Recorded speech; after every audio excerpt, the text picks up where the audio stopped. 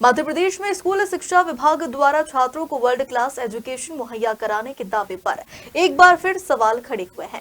राज्य में पिछले 7 साल में सरकारी और प्राइवेट स्कूलों से 22 लाख स्टूडेंट्स कम हुए हैं।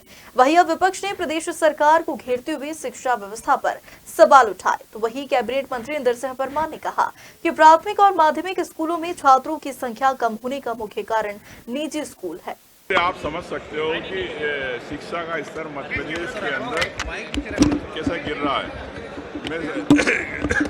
और भारतीय जनता पार्टी की सरकार स्कूलों को लेके परफॉर्मेंस को लेके नहीं कर पा रही, आकलन नहीं कर पा रही। तो मैं समझता हूँ कि अगर बच्चे स्कूल छोड़ रहे हैं तो भारतीय जनता पार्टी लगता है वहाँ पर शिक्षा सही गुणवत्ता से नहीं मिल पा रही, या छोटे बच्चे उनको सुविधाएं नहीं मिल पा रही, या उनको आश्रय में स्कूल नहीं मिल पा रहे। जो भी कारण है, अगर इन कारणों से अगर है तो सरकार को इस पर तत्काल एक कमेटी बना के जांच कराना चाहिए। वेतन करने की बात कही आपने, उससे क्या फर्क पड़ेगा? देखिए, वेतन एक सांकेतिक रूप से देना है हमारा, और हम चाहते हैं कि जब हमारे क्षेत्र के विकास होना चाहिए। कांग्रेस के विधायकों के साथ विकास नहीं हो पा रहा है उनके क्षेत्रों में। भारतीय जनता पार्टी भेदभाव कर रही है। भारतीय जनता पार्टी क्यों भेदभाव करे? क्या वहाँ पर इनके बीजेपी के लोग नहीं रहते? वहाँ पर इनको क्या वोट नहीं मिलते? तो ऐसा भेदभाव क्यों? मैं समझता हूँ कि आज जो विधायक होता, जनप्रतिनिधि होता है, वो किसी पार्टी का नहीं होता। हमारे यहाँ भी तालाब की ज़रूरत है, सड़क की आवश्यकता, सीमेंट कंक्रीट की आवश्यकता। हमारे यहाँ भी आज आवश्यकता है कि ट्रांसफार्मर लगे, किसानों को 24 घंटे बिजली मिले। आदिवासी क्षेत्र में आदिवासी को बिजली पैसा है, लेकिन सरकार इन सब में असफल रही है। जब तक विकास नहीं होगा इन क्षेत्रों में, जब तक हम अवैतनिक रूप से बगैर तनख्वाह के आम जनता के लिए, क्षेत्र की जनता के लिए लड़ते रहेंगे। सर, कुपोषण के मामले में चौंकाने वाले आंकड़े आए हैं। 8 रुपये प्रतिदिन एक कुपोषित बच्चे पर सरकार खर्च कर रही है, दूसरी तरफ 40 रुपये प्रतिदिन एक गाय पर खर्च कर रही है। क्या कहेंगे? देखिए, ठीक है, अब गौ माता को आप सम्मान दे रहे, अच्छी बात है, लेकिन जो इंसान है, उनके नौनिहाल जो बच्चे हैं, वो भी कुपोषित से कई बच्चे यहाँ पे कुपोषित हो रहे हैं। तो सरकार क्या चाहती है? भ्रष्टाचारियों के जेब भरना चाहती है, पेट भरना चाहती है। उन कुपोषित बच्चों के पेट को आप पोषित नहीं करना चाहते हो। इस पे तत्काल इस पे भी कार्रवाई होना चाहिए। आपको लगता है 8 रुपये 12 रुपये में क्या पोषण आहार मिलता होगा? क्या आता होगा आज? देखिए, मैं समझता हूँ कि अगर सरकार चाहे तो हाई प्रोटीन का खाना देना चाहिए। अब हाई प्रोटीन लगता है ये सरकार के मंत्री और अधिकारी खा रहे हैं, कई अधिकारी जो भ्रष्टाचार में लिप्त है। तो मैं समझता हूँ कि हाई प्रोटीन उनको मिल रहा है, तो बच्चों को कहाँ से मिलेगा? ये अच्छी लाइन है, ये वाली। आज मध्य प्रदेश के विधानसभा में पूंजीवाद का एक अध्याय स्थापित हो गया है, जिसमें माननीय अध्यक्ष महोदय, माननीय उपाध्यक्ष महोदय और माननीय नेता प्रतिपक्ष का जो वेतन में जो सरकार टैक्स जमा करती थी, आज माननीय अध्यक्ष महोदय और उपाध्यक्ष महोदय ने अपना सहमति दिया कि हम अपने से टैक्स भरेंगे। ये उनका निजी विषय है, परंतु आज विधेयक ला करके पास कर दिया गया। मतलब अगर कोई गरीब आदमी अध्यक्ष के पद में पहुंचता है, अगर कोई गरीब आदमी नेता प्रतिपक्ष के पद में पहुंचता है, तो उसके लिए भी ये बंधन हो गया। मतलब अब सिर्फ अमीर आदमी ही अध्यक्ष बन सकते हैं, अमीर आदमी ही मुख्यमंत्री बन सकते हैं, अमीर आदमी ही नेता प्रतिपक्ष बन सकते हैं। ये तो इस देश के करोड़ों गरीब लोगों को लोकतंत्र में दिया हुआ हक का सीधा उल्लंघन है। क्या गरीब आदमी उस पद में पहुंचेगा? लेकिन आज आपके ही नेता प्रतिपक्ष उमंग सिंह ये उसके लिए हम स्वागत करते हैं। हाँ। नेता प्रतिपक्ष जी काबिल हैं, अध्यक्ष जी काबिल हैं। मैं बात पक्ष और विपक्ष का नहीं कर रहा हूं, भारत देश की लोकतंत्र का कर रहा हूं। मैं आपको एक जानकारी देना चाहता हूं। जब देश में पहले चुनाव होना था, तब चर्चा चल रही थी, लोगों ने ये बताया कि उस समय प्रस्ताव आया कि 5000 गरीब जनता वोट दें और एक इनकम टैक्स पे दे दे तो उससे ज़्यादा हो जाएगा मूल्य। इसको नेहरू जी ने स्वीकार नहीं किया। नेहरू जी ने कहा इस देश का अरबपति एक वोट देगा, गरीब भी एक वोट देगा। ये अधिकार हमारी लोकतंत्र में है। आज हमें इस बात को समझने की जरूरत है। जी ये बताइए, विधायकों के पास क्या विकास कार्य करने के लिए पैसा नहीं है क्या? और यदि नहीं है तो फिर जो सैलरी मिल रही है जिसको वापस करने की बात आज पटल पे रखी है आपके नेता प्रतिपक्ष ने, तो विकास कार्यों के लिए आपकी सैलरी से काम होगा क्या? देखिए, आज भाजपा सरकार में 15 करोड़ सत्ता पक्ष के विधायकों को दिया गया, विपक्ष के विधायकों को 5 पैसा नहीं दिया जा रहा है। तो विकास कैसे करेंगे? अगर आप विधायक तो विधायक है, पक्ष के विधायक को 15 करोड़ दे रहे हो तो विपक्ष के विधायक को भी आपको विकास कार्य के लिए देना चाहिए। स्वीकृति तो आपके नियम के अनुसार ही होगा। विषय ये है। तो आप ये बताइए, जिस प्रकार से आज जो पटल पे रखा गया है उसका कितना स्वागत करते हैं? देखिए, सरकार को आत्मचिंतन करना चाहिए। लोकतंत्र में विपक्ष और पक्ष दो महत्वपूर्ण जिम्मेदार संस्थाएं हैं। आज जो बातें हो रही है, सत्ता पक्ष विपक्ष की सही बातों को भी स्वीकार नहीं करेगा तो लोकतंत्र कहाँ है, ये प्रश्न है। आज का जो प्रतीकात्मक जो संकेत दिया गया है, सत्ता पक्ष को आत्मचिंतन करना चाहिए और आज ही सभी विधायकों को समानुपात में जो राशि विकास के लिए आवंटित करने के अधिकार दिए जाते हैं वो देना चाहिए। Thank you. एक मिनट में फाइट कर रहा हूँ। एक मिनट रुकिएगा सर। ये जो स्कूली बच्चे हैं और करीब 7 लाख जो है छात्र छोड़ चुके हैं, क्या लगता है सर? एक शिक्षा जो है बहुत बड़ा व्यवसाय बन गया है और इस व्यवसाय में बड़े बड़े लोग शामिल हैं। उनकी साठगांठ का ही परिणाम है कि बच्चों का शोषण और हनन हो रहा है। इसके लिए पूरी तरह से राज्य शासन जिम्मेदार है। क्या मानते हैं स्कूली शिक्षा के 7 लाख छात्र स्कूली शिक्षा से नहीं स्कूल जाना छोड़ देते हैं, तो कांग्रेस का ये श्वेत पत्र जो है श्वेत पत्र लाने की जो मांग कर रही है वो जायज़ है? तो सरकार के जो श्वेत पत्र आना चाहिए, हम इसके समर्थन में है और शासन को, भाजपा शासन को जनता के सामने ये बताना चाहिए कि आखिर में शिक्षा में इतनी गिरावट क्यों आ रही है। इतनी गिरावट क्यों आ रही है कि स्कूली बच्चे स्कूल छोड़ रहे हैं और इतनी बड़ी संख्या में यदि बच्चे स्कूल छोड़ रहे हैं तो इसका सीधा सा मैसेज ये है कि शासन शैक्षणिक व्यवस्था करने में पूरी तरह से असफल है। 2003 से पहले की बात तो बीजेपी बार-बार यही कहते हैं कि कांग्रेस सरकार के शासनकाल की बात करें, वहाँ पर स्कूली शिक्षा व्यवस्था क्या थी, पढ़ाई करने की क्या होता था, तो उस समय की दौर से बार-बार गिनती की जाती है। ऐसे में देखिए, ये तुलना करना अब उचित नहीं है।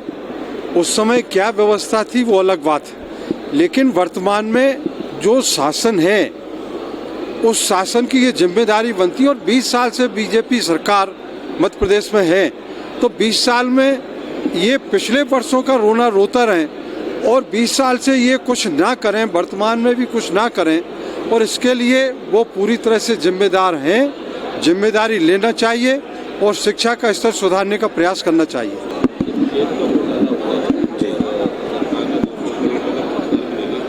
निश्चित रूप से फर्जी आंकड़े दिखाकर केंद्र सरकार से पुरस्कार लेना, ये मान के चलिए कूटरचित जो शराब कांड मैंने कल किया था, ऐसे ही ये सरकार कूटरचित घटना करने के लिए बनी है।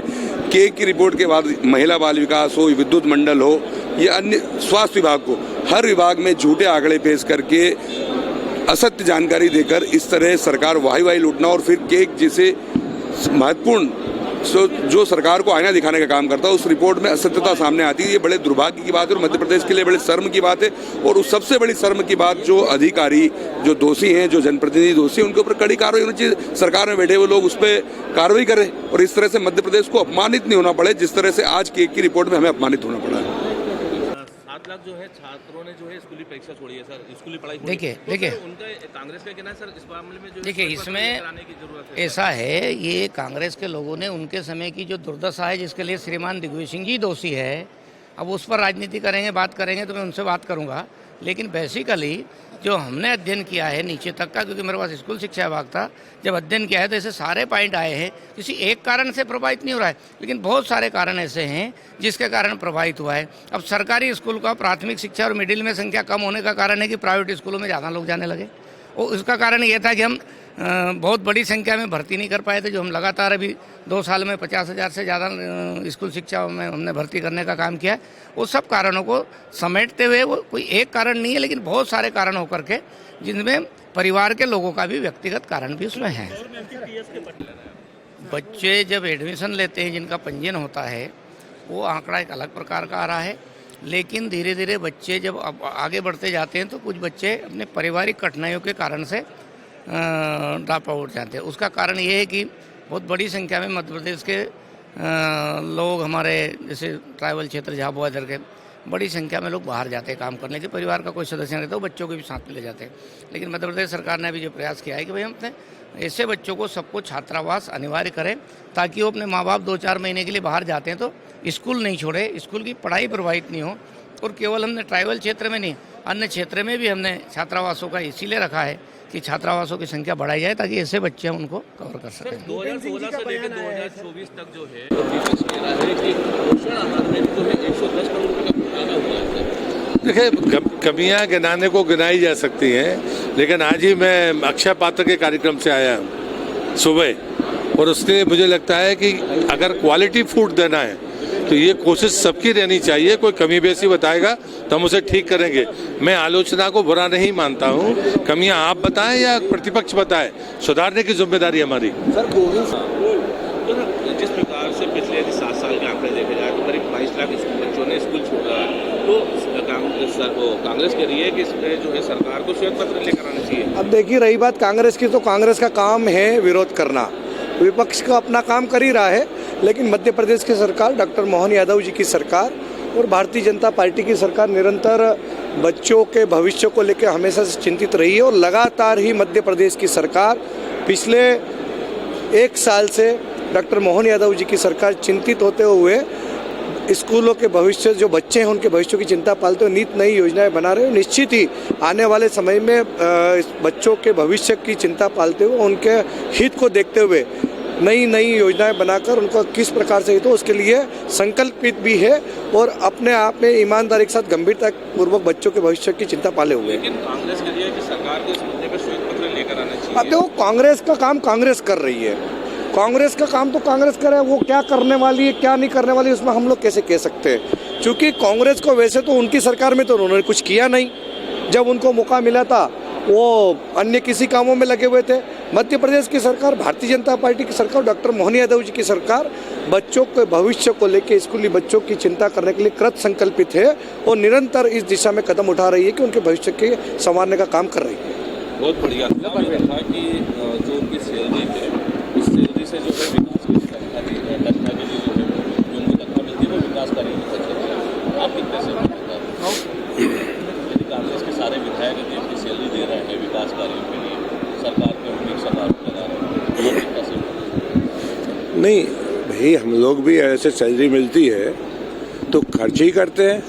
लेकिन ये कहना कि भाई कहीं ना कहीं उनके अंदर इस प्रकार से सरकार उनको 3 करोड़ रुपए देती है प्रति वर्ष, 3 करोड़ रुपए उनको विकास कार्यों के खर्च करने के लिए मिलते हैं, मुझे भी मिलते हैं। मुझे लगता है कि इस प्रकार के सिगूफे छोड़ने से सिर्फ एक ओछी राजनीति वाला पिक्चराइजेशन के चर्चा में बने रहना, बाकी हम लोग पूरी निष्पक्षता से अपना पैसा 2,25,000 विकास कार्यों के लिए मिलता है, 2 करोड़ 25 लाख 75 लाख गरीबों की सेवा के लिए मिलता है। उसमें अगर आप ये अपनी सैलरी को जोड़ दोगे तो आप अपने वो खर्चा कहाँ से करोगे, आप जाओगे कहाँ से पब्लिक के बीच में, भ्रष्टाचार करके। लेकिन सर वो कह रहे हैं कि सरकार जो है केवल अपने बीजेपी को 15 करोड़ कांग्रेस के विधायकों को तो मिल ही रहा है। नहीं, सरकार सबसे प्रस्ताव मंगा रही है, मुझसे भी प्रस्ताव मंगा है, उनमें से जो उचित होते हैं वो स्वीकृत करती है। विकास कार्य लगातार हो रहे हैं, मेरी विधानसभा में भी हो रहे हैं और हम लोग लगातार कर रहे हैं। सरकार ने पैसे सबको बराबर दिए हैं। नहीं, मुझे लगता है कि जैसे मान लो, चलो उमंग सिंघार जी ने कह दिया, एक ये लोकतंत्र है, लोकतंत्र में ऐसा भी विधायक है जो पानी का वो चाट का ठेला चलाता है, वो भी विधायक है। वो यदि अपनी सैलरी खर्च कर देगा तो वो क्षेत्र में कैसे जाएगा। तो ये जो नीतिगत बात जो है वो करना चाहिए कि विकास के कार्यों के लिए हमारी मिनिस्ट्री है पूरी, आप पत्राचार कीजिए, आप मांग रखिए, बजट में आएगा, आपके यहाँ काम होंगे। विकास कार्यों के लिए हम अपनी सैलरी देने के लिए तैयार हैं। क्या मानती है? बीजेपी के विधायक कहते हैं, कांग्रेस के विधायक कहते हैं सरकार के पास केवल बीजेपी के विधायकों को विकास कार्य के लिए पैसा देने के लिए 15 करोड़ रुपए हैं। हमारे क्षेत्र में विकास कार्यों के लिए पैसा खर्च करने के लिए पैसे नहीं है। देखिए, हमारी सरकार निष्पक्ष रूप से हर एक विधायकों की चिंता करती है, हर एक क्षेत्र की चिंता करती है। और आप जरा देखिए, सुशासन की अगर सबसे बड़ा सुशासन का आदर्श अगर बनाने वाला कोई देश है तो हमारा देश आदरणीय प्रधानमंत्री नरेंद्र भाई मोदी जी के साथ चल रहा है। और व्यवस्थित रूप से हमारा देश भी और मध्य प्रदेश भी सुशासन को लेकर आगे बढ़ रहे हैं। अब आप बताइए, छोटी छोटी चीज़ों में कांग्रेस के विधायक बात करेंगे, अटकेंगे, बड़े कामों की बात नहीं करते हैं, बड़े काम जो हो चुके हैं उनको अप्रिशिएट नहीं करते हैं।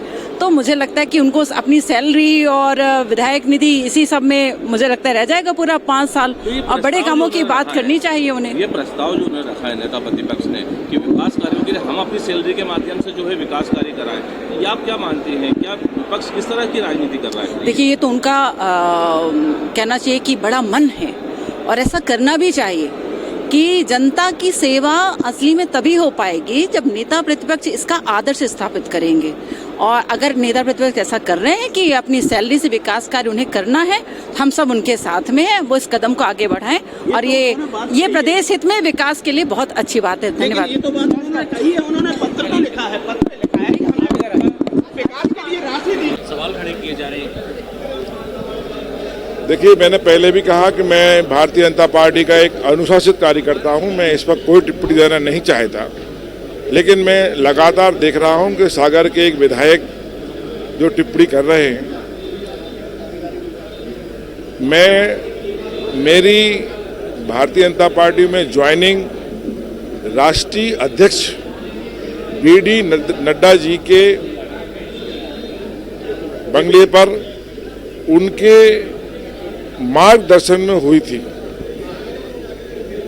प्रदेश में जो लोग अन्य पार्टियों से आए हैं, वो शीर्ष नेतृत्व के कहने पर ही प्रदेश के नेतृत्व ने उनकी ज्वाइनिंग भारतीय जनता पार्टी ने की है। भारतीय जनता पार्टी में इतना अनुशासन है कि जिला भाजपा अध्यक्ष के बारे में भी टिप्पणी करने में आदमी 2 बार सोचता है। सागर के एक विधायक मध्य प्रदेश के भारतीय जनता पार्टी के अध्यक्ष बीडी शर्मा के खिलाफ टिप्पणी कर रहे हैं कि वो क्या समझें।